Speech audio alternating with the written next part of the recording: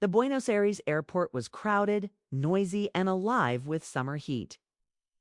But Brad moved through it like a ghost, quiet, focused, his baseball cap low over his eyes. Elise walked beside him, a small black case in her hand.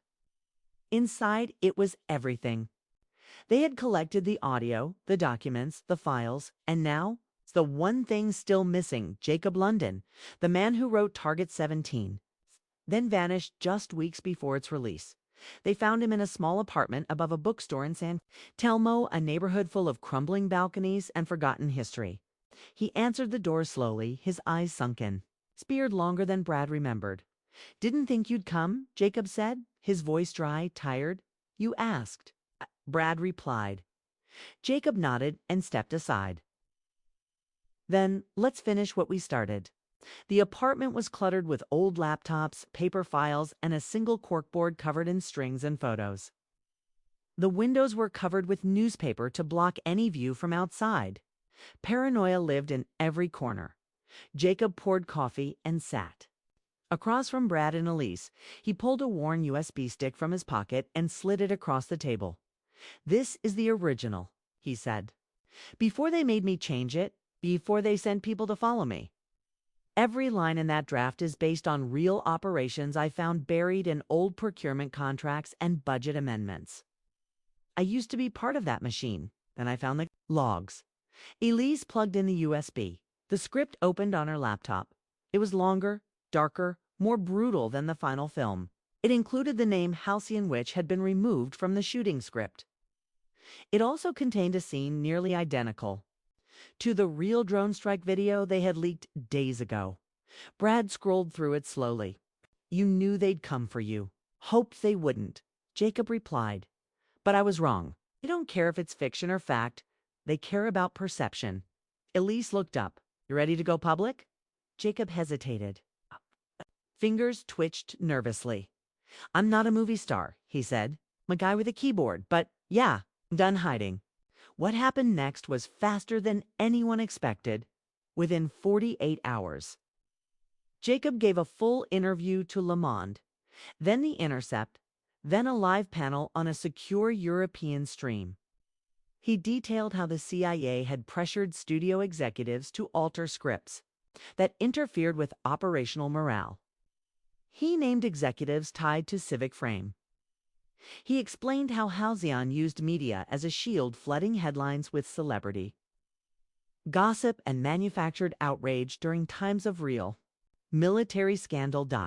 And then he released the script, not to a publisher, to the public. The original screenplay of Target 17 was posted online in 37 languages. It's free to download line by line. People read it like scripture. Film students, war survivors, activists, journalists. It wasn't just a screenplay anymore, it was evidence. And then the global wave began. News anchors refused to read their teleprompters. Talk show hosts walked off set mid-broadcast.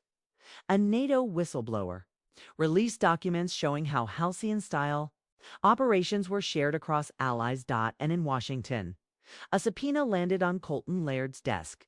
He was summoned before a Senate committee live. Under oath, the hearing drew more viewers than the Super Bowl. Elise and Brad sat in the gallery. Jacob stayed behind the scenes, watching through secure links. The senators were sharp. The questioning was fierce. Laird, for the first time, looked small. When asked if Operation Halcyon existed, he paused too long. "I declined to answer." He said, "That was enough." By the next morning, international calls for declassification grew louder. The UN opened an inquiry, and multiple media conglomerates were forced to disclose years of classified partnerships with defense contractors. But the most surprising moment came the following week. Jimmy Kimmel. Again, he appeared on a primetime special, not joking, not performing. The flight back from Geneva was silent. Brad sat by the window, eyes locked on the clouds below. His hands were clenched, the audio recorder still in his coat pocket. Elise sat across the aisle, reviewing encrypted backups of the Laird meeting. No one else on that flight knew what had just happened, that a Hollywood actor had confronted a man whose signature had once sent drones into villages, and whose silence had allowed history to be rewritten. They had what they needed. But now came the harder part, releasing it. Back in Los Angeles, Brad's team still had no idea what he was doing. His agent had left over 20 voicemails. Studio lawyers wanted a meeting. A streaming service threatened to drop Target 17 if he didn't control the narrative. But Brad wasn't interested in fixing anything. He was ready to blow it up. Elise arranged a secret meeting with an international news editor she trusted, Sana Qureshi, formerly of Al Jazeera, now working for a neutral outlet in Europe known for publishing leaked intel. They met at a secure location in Toronto. Sana had flown in under an alias. No cameras, no press. Just a digital vault and two trusted witnesses. Brad handed over the audio.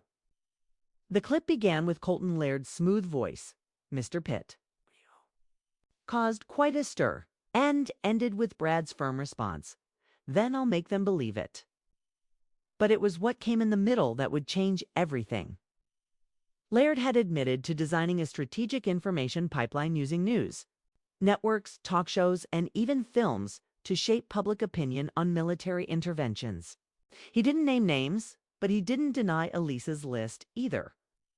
More than 20 journalists and producers were connected to Civic Frame's financial arms. One of them was the executive producer of Jimmy Kimmel Live. Brad sat quietly as Sana listened. When the recording ended, she looked at him. Her expression was unreadable. Then she said, if we publish this, you'll be hunted not just by media, but by people in suits you'll never see. Brad didn't hesitate. Then, publish it. 3 days later it began. The story dropped at midnight GMT. Headline, Hollywood Warfare. And the machine, the secret files behind Target 17. By morning, the site was flooded with millions of hits. The audio was embedded. The documents were included. From the USB drive redacted and watermarked was linked with full context. It was a clean, devastating report. Within 12 hours, it had spread to over 40 countries. Protests erupted in Berlin, Cairo, and Sao Paulo. Hashtag Halcyon Files trended worldwide. Political analysts demanded hearings. UN diplomats requested emergency briefings. Back home, the White House was forced to respond. A spokesperson dismissed the report as conspiracy-laced fiction, but refused to deny the authenticity of the Laird recording. The Pentagon remained silent. Then came the hit. A breaking news story on a major U.S. channel accused Brad of knowingly spreading misinformation to damage national security. A fabricated claim suggested he paid whistleblowers and manipulated footage for political theater. Within hours, bots flooded social media calling him a traitor, a fraud, even a Russian puppet. Brad's phone began buzzing again. Threats. Death wishes. Even some old friends texted, begging him to walk it back. But Elise was ready. She uploaded a second wave and edited footage from drone cameras, time-stamped logs, and proof that Target 17's screenplay matched military memos obtained years before the film even entered production. The truth was undeniable now. Then something unexpected happened.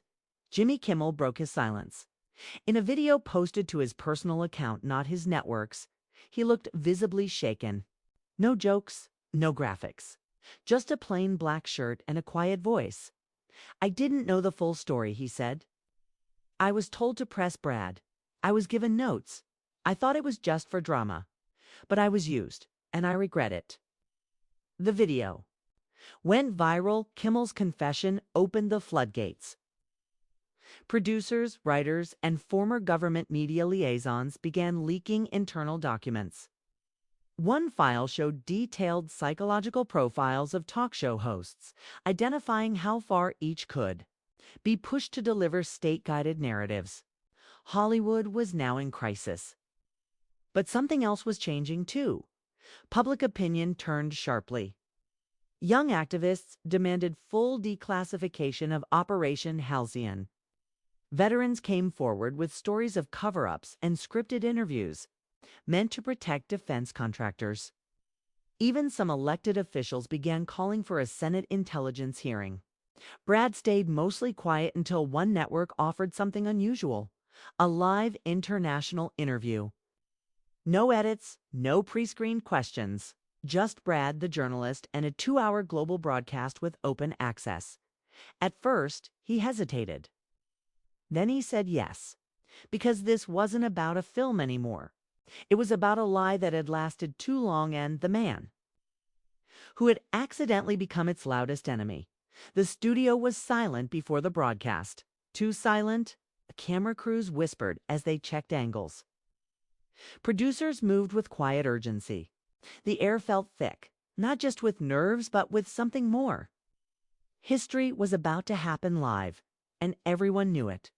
Brad Pitt stood behind the curtain, mic clipped to his lapel, eyes locked on his reflection in a dark monitor. No makeup, no wardrobe team, no movie script, just him. Across the world, the countdown began. Screens flickered on in Paris cafes, Beirut rooftops, New York bars. News tickers ran the headline: Brad Pitt live, the Halcyon Files interview. Over 200 million viewers were expected to tune in. The journalist waiting for him was Layla Hussein, known for fearless war reporting in Afghanistan and Libya.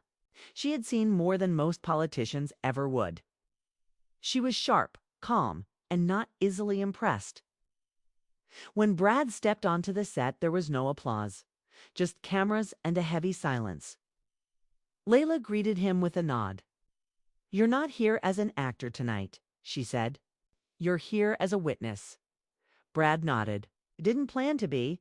They sat across from each other under cool white lights. No commercial breaks, no teleprompters, just two voices, one truth, and the entire world watching. Layla started. "Carefully. You've said that Target 17 was inspired by real intelligence documents. Why do you believe the government tried to suppress it?" Brad took a deep breath. Because it exposed something they spent years trying to erase: civilian deaths, unchecked drone strikes, media manipulation. And the people who approved those actions didn't want faces, names, or emotions tied to them. The film changed that. She leaned in. "But why attack you personally?" "'Cause I made it human," he said. "When people cry in a movie theater, they don't forget the story. The government can bury paperwork, but they can't erase memory." Layla switched to tougher ground. "Critics say you're just an actor who got in too deep. That this is reckless, that you're endangering lives." Brad didn't blink. "That's what they want people to think. That truth is dangerous. That emotion makes it unreliable. But what I'm doing, what Elise and journalists like you have done, is shine light. Where they built shadows." Think she played the clip? The now infamous recording of Colton Laird. "Truth doesn't win because it's real. It wins when people believe it." As the words echoed, screens across the globe lit up with reactions. Hashtags exploded again. TikToks and live streams replayed the line. Layla looked at him. "What does that mean to you now?" Brad's voice was steady. "It means stories matter. And for too long, the wrong people told the story." The interview continued for another hour. Brad explained how Hollywood had been quietly pressured to shape narratives, how scripts were altered, how late-night shows were fed safe questions and approved controversies, and how real journalism was slowly replaced with distraction. He spoke of Jacob London, the screenwriter who disappeared, of Anna Rivera, silenced for years, of Elise Hammond, who risked her life to uncover the Halcyon Files. But the most powerful moment came at the end. Layla lowered her voice. "You've received threats. You've lost friends. Studios are distancing themselves from you. Why keep going?" Brad leaned forward. His voice softened, but every word struck like a drumbeat. "Because we teach people to admire truth tellers in stories. We make movies about them. We call them heroes. But when they show up in real life, we tear them down. I'm done pretending. He paused, looked directly into the camera. Truth doesn't need permission. It needs courage. Silence. The screen went black. No credits, no music. It's just the end of something and the beginning of something else. Across the world, the reaction was immediate. Protesters in Madrid marched with signs reading Operation Halcyon, release the files. A member of parliament in the UK called for an independent investigation into media manipulation.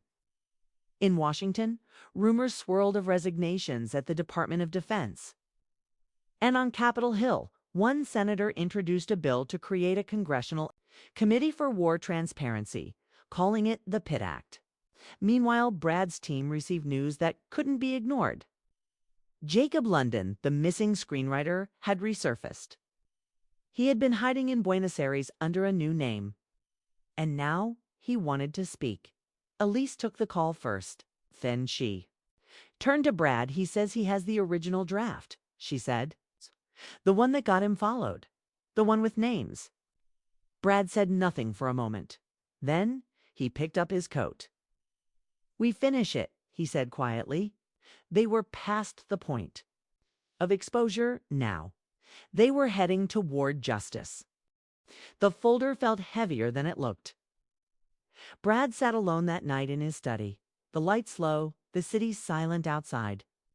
He had always played characters who faced danger, who stood up against power, but now he wasn't playing anymore. The pages in front of him weren't part of a script. They were real, too real. The documents Elise had given him were photocopies, classified memos, blacked out lines, coordinates, and names. Some pages described drone strikes that had never been reported. One showed a list of priority targets: civilians, journalists, aid workers, all labeled as high-risk collateral. Brad read everything. His eyes didn't blink for nearly an hour. One report detailed an airstrike in a remote Syrian village, claimed the target was a weapons supplier. But a separate testimony from a local source said it was a wedding. 27 civilians died. That exact incident was used as a plot point in Target 17 only. No one had told Brad it actually happened. He leaned back in his chair, overwhelmed. Then his phone buzzed. It was a message from an unknown number. Just for words, you have their attention. No name, no context, just a threat, soft but clear. Brad didn't respond. The next morning, he tried calling the screenwriter of Target 17, Jacob London, but the call didn't go through. Jacob had vanished from the public eye after the premiere. Brad had assumed it was just exhaustion. Now he wasn't so sure. Instead, he reached out to Elise again. They met in a quiet park this time, walking in circles, pretending to have a casual conversation like two strangers.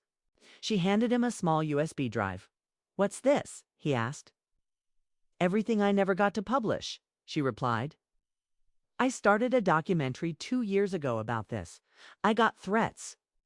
Funding vanished. Then my editor backed out, said the story was too unstable." Brad held the drive tightly. "There's a man you need to meet," Elise continued. "He's ex-Sintel, used to work drone operations. It went dark after trying to leak files in 2021. I've only ever talked to him through burner phones. But if you're serious about this, he might talk to you." Brad paused. "Why me?" "Because you're not a journalist. You're a name," she said. "And after last week, you're not just a name, you're a threat to the system." That night, Brad received another anonymous message. This time, it had coordinates an empty warehouse near Barstow. Along with it was a single sentence: "Come alone, midnight." He didn't know why, but he went. It was cold. Desert air howled outside the broken windows. Inside, the warehouse was empty until he saw a figure step out from the shadows. The man was tall, wearing a dark jacket, a cap pulled low. His face was mostly in shadow. His voice was deep but calm. "You shouldn't have made that movie," he said. Brad didn't flinch. It was already written. I don't care about the story. I care about what it exposed. The man walked slowly, circling Brad. There are things in that script only a few people ever knew. You acted them out. You told the world. Even if they think it's fiction, you triggered something. Brad kept his eyes on the man. Are you the whistleblower? The man stopped. I was. Now I'm just someone who wants the truth out. But not like this. He handed Brad a thin envelope.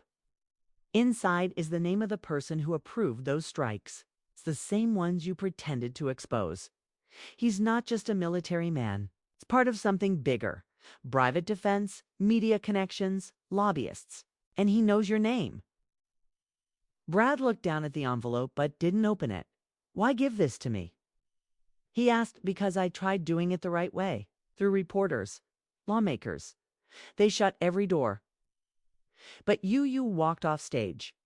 In front of millions, you've already crossed the line. Now you finish it. The man turned to leave. Brad called out, if I take this further, they'll come after me. The man paused at the door. They already are. He disappeared into the dark. By morning, Brad was trending again this time, not for walking off the show, but because a photo had leaked online. A blurry shot of him in the Barstow warehouse. The headline on a political gossip blog read, Brad Pitt meets with known whistleblower. What is he planning? Brad sat at his kitchen table, envelope in one hand, USB drive in the other. It was no longer just the face of a movie. It was. Part of the story now. A week passed, but it felt like a lifetime. Brad barely slept. Each night, he replayed the words from that warehouse meeting. The envelope still sat on his desk, unopened. The name inside it wasn't just a person. It was a key, a target, a symbol of everything that had gone wrong behind. Closed doors. He wasn't sure what opening it would mean. But deep down, he already knew. There was no turning back. Elise returned to the house on a cloudy Thursday. She had brought more files, more questions, and a small gray laptop with encrypted software. They sat in Brad's study with the blinds shut. He handed her the USB drive she'd given him earlier. She plugged it in. Videos, audio files, mission briefings, some were redacted, others fully exposed. It was a map of secrets. Names, dates, drone footage, intercepted calls. It was raw. It was real. One video showed what looked like a drone strike on a school. Another revealed a hidden contract between the U.S. Department of Defense and a private media company one that worked with major Hollywood studios to shape national narratives through storytelling. Brad leaned in. They don't just hide the truth, he whispered. They rewrite it. Elise nodded. And your film got too close to their original draft. That afternoon, she gave him a name. Not the one in the envelope, but another. Harvey Kell, a former intelligence analyst earned media consultant. He had been involved in narrative cleanup operations across newsrooms and film studios for over a decade.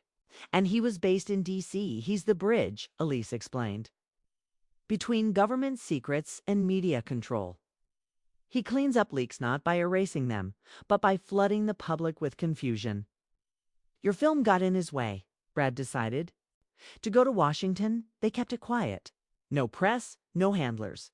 He booked a private flight under a false name. Elise flew separately. They met outside Union Station, then traveled to an abandoned radio tower in Maryland, where an old contact of hers still lived on a Rivera. A retired journalist who'd exposed arms deals in the Balkans. Anna didn't smile when she saw Brad. I warned you people years ago, she said, dragging on a cigarette. Hollywood plays with fire and doesn't know when it's lit the room on fire. Brad sat on the wooden porch with her as Elise explained the leaked files, the USB, and the name in the envelope Brad still hadn't opened. Anna listened quietly. Then she got up, went inside, and returned with a yellow folder. I've seen this before, she said. It's parts of it. It's called Operation Halcyon. It was never declassified, not even leaked. I only heard whispers until. Now, Brad opened the folder. Inside were 3 pages. A memo dated 2015. It detailed covert operations in the middle. East Run outside of official Pentagon oversight run through private contractors and media cover. The name of the project. Leader had been blacked out in thick ink, but the initials remained. CL Brad stood up. It couldn't wait any longer. He returned to his study that night, sat down in the dark, and opened the envelope the man in the warehouse had given him. One name, Colton Laird. He whispered it aloud. It didn't sound familiar, but a quick search changed that. Laird was a retired Air Force general turned defense lobbyist. He had appeared on several cable news channels as a national security expert. He also owned a silent share in a media firm called Civic Frame, which had signed deals with talk shows, including Kimmel's network. Brad sat back, stunned. They hadn't just silenced the truth. They had turned late-night TV into a weapon. The next day, Elise called with an update. I got something. Laird is attending a private security conference in Geneva in 3 days. Closed doors, but I have a badge. You're coming with me. Brad didn't hesitate. Think flew to Switzerland. That evening, no entourage. Just 2 bags, fake IDs, and a file of evidence. Geneva was cold and gray when they landed. The hotel was discreet, the conference even more so. Armed guards, retinal scans, whispers in hallways. These weren't ordinary businessmen. These were architects of shadows. On the second day, Brad spotted him. Colton Laird, gray hair, clean suit, calm smile. He stood near a coffee table, speaking in soft tones to foreign dignitaries. Brad's heart pounded. For the first time, this wasn't about a film or a performance. This was about truth meeting the man who buried it. Elise handed Brad a discreet audio recorder. You only get one shot, she said. No cameras, no stage, just a voice. Make it count. Brad nodded, walked across the room, and introduced himself. Laird didn't flinch. Mr. Pitt, he said smoothly, as if expecting him. You've caused quite a stir. Brad didn't. Smile, so have you. They sat in a corner booth away from the crowd. Elise watched from a distance, ready to record. What do you want? Laird asked. Brad didn't blink. The truth. You targeted my film. You manipulated a live interview. And you've kept a program hidden that cost hundreds of innocent lives. Laird's expression never changed.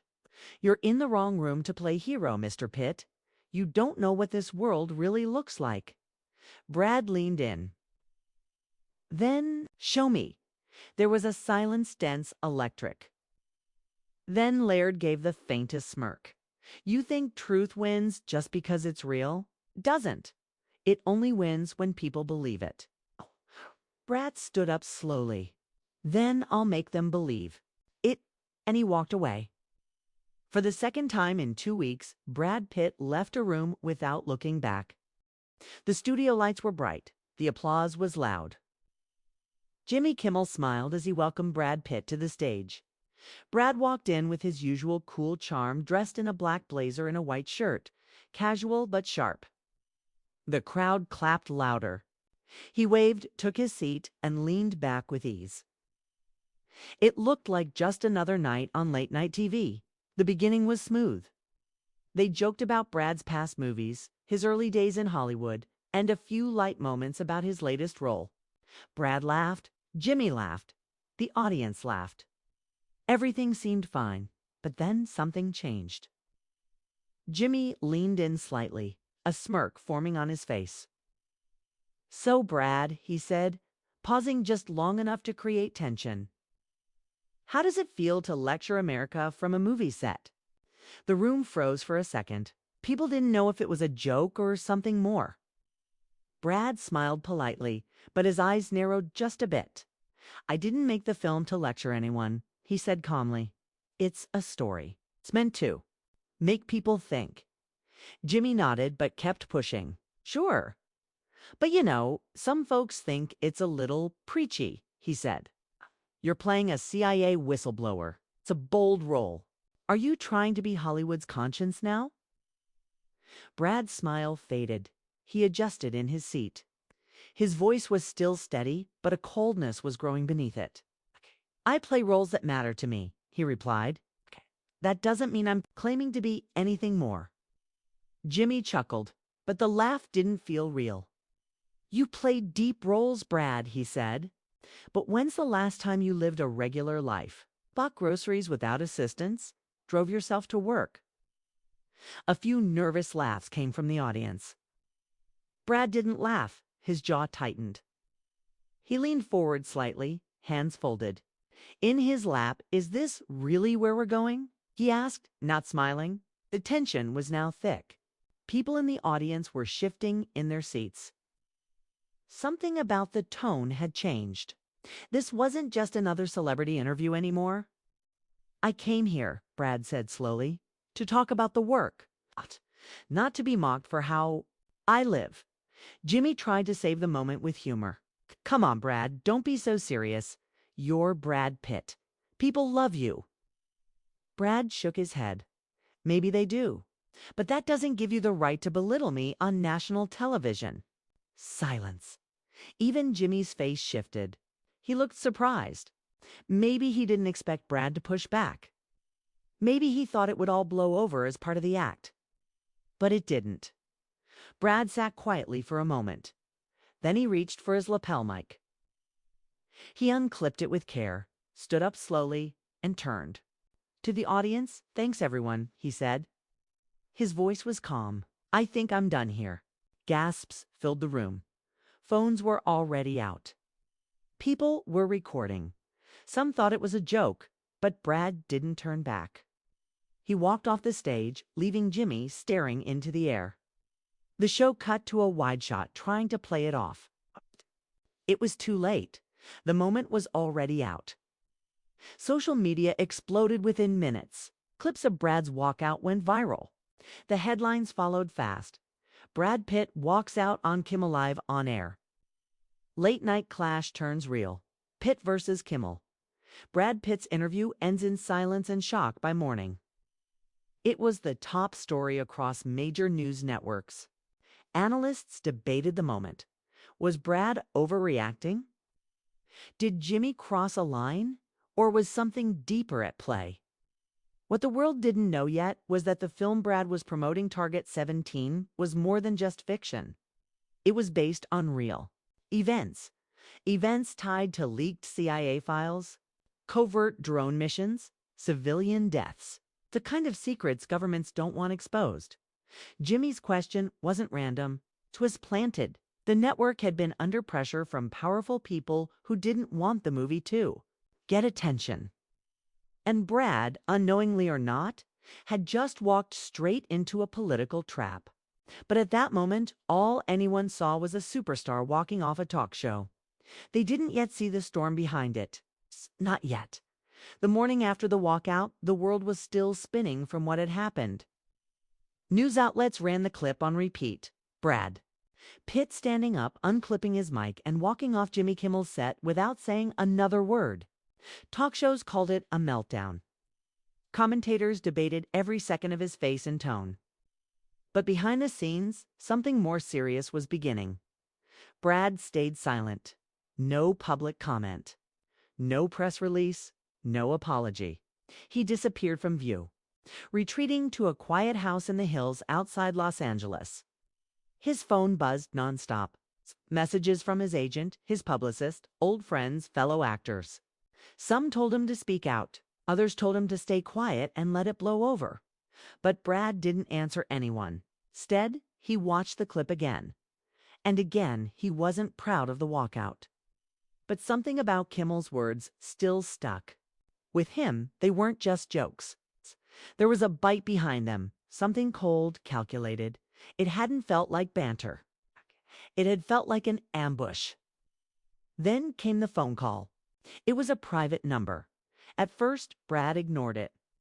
But it rang again and again. He finally answered. A male voice spoke, calm but urgent.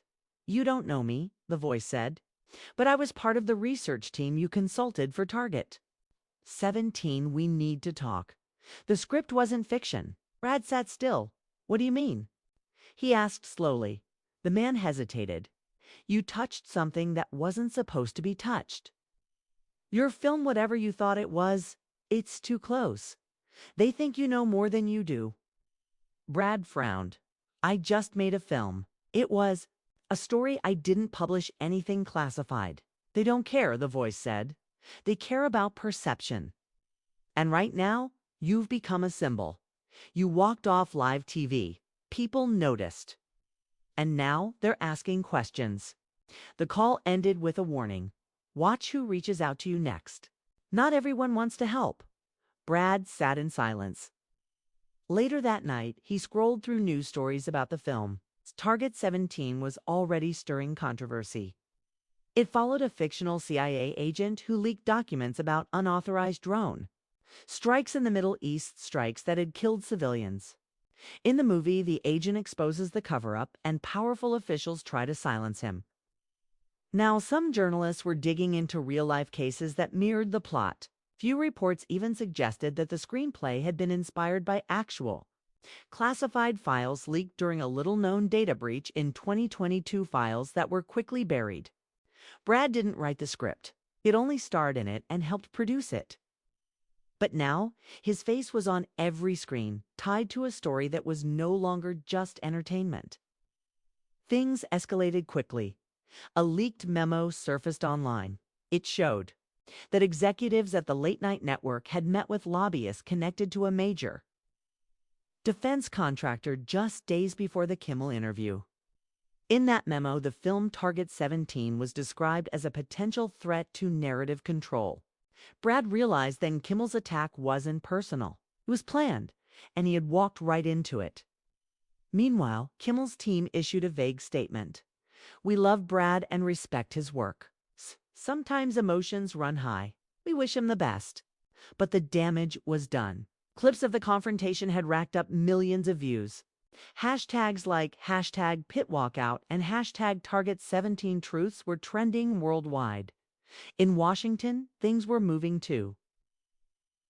A congresswoman from California tweeted that she wanted to look into the funding and factual basis behind Mr. Pitt's film. Former CIA official told a news anchor, "It's dangerous when actors play with sensitive narratives they don't fully understand." Brad knew something now. This wasn't just about a film. This was about a truth someone didn't want told. He looked through his contacts. Then he did something he hadn't done in years. He called Elise Hammond. Elise was a former war reporter turned documentary filmmaker. She had worked in Iraq and Syria, had lost friends to drone strikes, and had been blacklisted by multiple networks for pushing stories that were too risky. She had also been one of the original consultants for Target 17, but had walked away before filming started. Brad had always trusted her judgment. Now, he needed her help. They met at a quiet cafe in Santa Monica. No press, no phones. Just the two of them. You saw what happened? Brad asked. Elise nodded. Yeah, I also know who pushed for that segment. You were bait. Brad leaned in. Then tell me what I'm actually involved in. I need the full truth. Elise looked at him for a long moment. Then she pulled out a worn folder from her bag. Here, she said. This is what your movie is based on. But the real story goes deeper, and it's not over. Brad took the folder. His hands trembled slightly as he opened it. Inside were photos, reports, and transcripts, evidence of something far bigger than he had imagined. The actor had become the witness. And now there was no turning back.